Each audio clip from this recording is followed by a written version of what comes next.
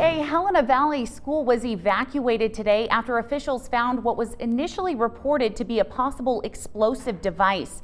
But law enforcement now says it doesn't appear the item was dangerous at all. MTN's Jonathan Ambarian has been following the story all day long. He joins us now live from Rossiter Elementary with the latest. Jonathan? Jessica, law enforcement was on scene here much of the day, much of the morning that is, investigating what was at that time believed to be an improvised explosive device found here on the Rossiter School playground. But at an afternoon news conference, Lewis and Clark County Sheriff Leo Dutton said it appears the item was not an explosive. School officials found it around 8:20 Tuesday morning. They closed off the area around the item, contacted law enforcement, and evacuated students to the nearby Little Red Schoolhouse. Dutton said officers on the ground found a plastic bottle. Until trained bomb experts were able to safely examine it, he said they had to treat it as though it might be an explosive. The pop bottle had black tape around it. It was filled with nuts, bolts, and washers, and had a liquid in it.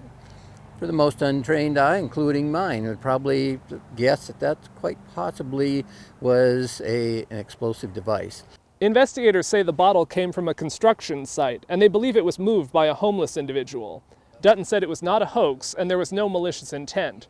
He said the sheriff's office was releasing the information they had from their investigators as they got it. Our purpose was to let people know, one, there was no one injured. Then it was told that it did explode. Still, there was no one injured. The kids were safe. That's what I needed to get out to the public. That's why we reported the information we had. While this turned out not to be an explosive, Dutton said the school reacted correctly, and his office treats every case like this seriously. We will take it on face value every time and treat it accordingly that it is some kind of exploding device.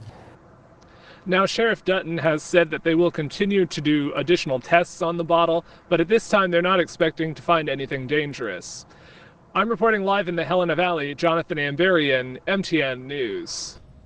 According to Helena Superintendent Tyler Ream, the staff at Rossiter did exactly what they are trained to do for a situation like today. Staff immediately alerted law enforcement once they noticed something unusual on the school's grounds, then evacuating the children once the Little Red Schoolhouse area had been swept by police. Superintendent Ream estimated this took about 15 minutes total before students were safe on buses at the new site.